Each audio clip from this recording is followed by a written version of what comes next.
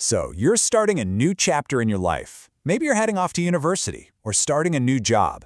You're probably feeling this wild mix of excitement and, let's be honest, a little bit of nerves, right? Well, that feeling is exactly what we're diving into today. We're going to explore what real personal growth looks like and how you can harness all that nervous energy to make it happen. Let me start by asking you this. That swirl of excitement and fear you might be feeling, what if that isn't an obstacle at all? What if it's actually your single greatest opportunity for growth? Stick with me and let's find out. Okay, so before we can talk about growth, we've got to understand the place we're starting from, the comfort zone. We all have one. It's that familiar, cozy space where everything feels, well, comfortable. But what is it really?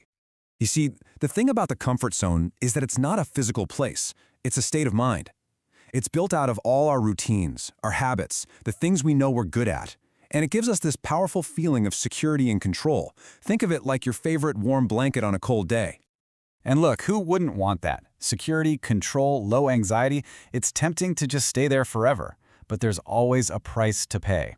Staying in that cozy zone might mean you miss out on joining that one club where you'd meet your best friends for life, or you avoid taking that challenging class that could have sparked a whole new passion. The cost? Stagnation, missed opportunities, and a whole lot of untapped potential. Right, so if staying put means you stagnate, what's the reward for leaving? Why should you even bother venturing out? Let's build the case for why this is so essential, especially right now. Because this is where you build the skills that really matter in life. When you step out, you learn to adapt when things don't go as planned. You build resilience so you can bounce back from setbacks. You discover passions you never even knew you had, and you totally expand your worldview. These aren't just buzzwords, you guys. This is the toolkit for a successful and fulfilling life. Okay, I know what you're thinking. This all sounds great in theory, but how do you actually start? It feels like this huge, overwhelming thing. The key is to forget about making some giant leap. Instead, we're going to focus on small, practical first steps.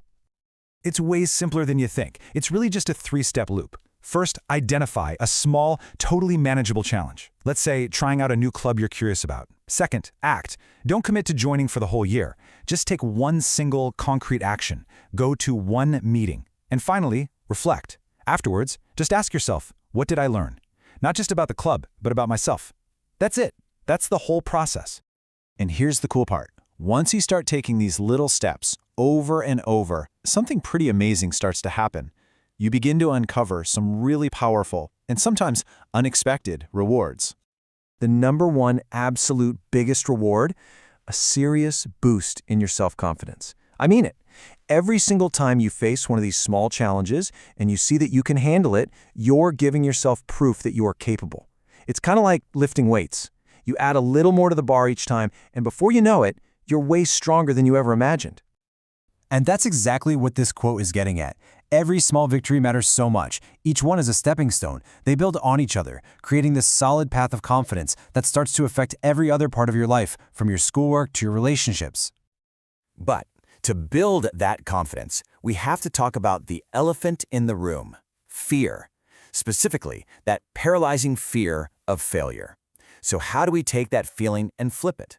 How do we turn it from an obstacle into fuel? Let's get one thing straight right away. It is totally 100% normal to be afraid of failing. It's a basic human instinct designed to keep us safe. The only problem is that same instinct can also keep us stuck, holding us back from the very risks that lead to all the good stuff we just talked about. But what if we've been looking at it all wrong? What if failure isn't the end of the road? What if it's actually an essential, non-negotiable part of how we learn anything meaningful? When you start to see it like this, everything changes. Failure isn't a dead end. It's a learning opportunity. It's the experience that actually builds your resilience. It's what forces you to get creative and innovate. And most importantly, it's what develops a growth mindset, where you see challenges not as threats, but as chances to get better. So, practically, how do you deal with that anxiety? Well, you don't have to go from 0 to 100. Just gradually push your boundaries, little by little. Lean on your friends, build a supportive network. Find a mentor, someone who's been there. And please, practice self-care.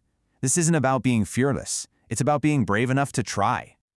You know, when you boil it all down, it comes to this one simple, powerful idea. Everything you're looking for, the growth, the confidence, the incredible new experiences, it's all waiting for you, right on the other side of that line you've drawn for yourself. So I'm going to leave you with a question.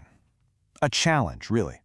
As you dive into this brand new chapter of your life, what is one small, concrete step you will take this week to explore the unknown? Just think about it. Your journey starts right there.